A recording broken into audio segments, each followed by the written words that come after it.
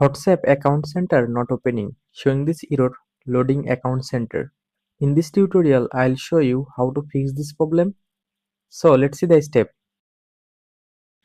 First of all, check your internet connection and make sure your internet is working properly.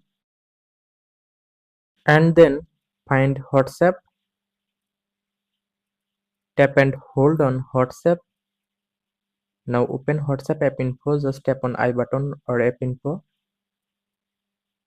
Now go to storage option, tap on clear cache. Now go back, tap on force stop, tap on OK to confirm. Now go back to home screen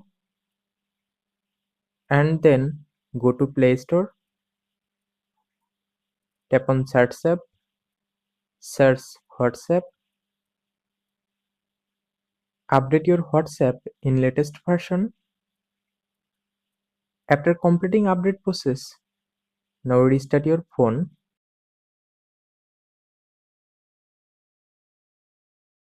After restart your phone, now go to WhatsApp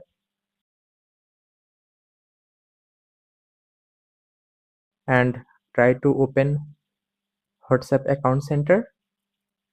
Now see, problem solved successfully.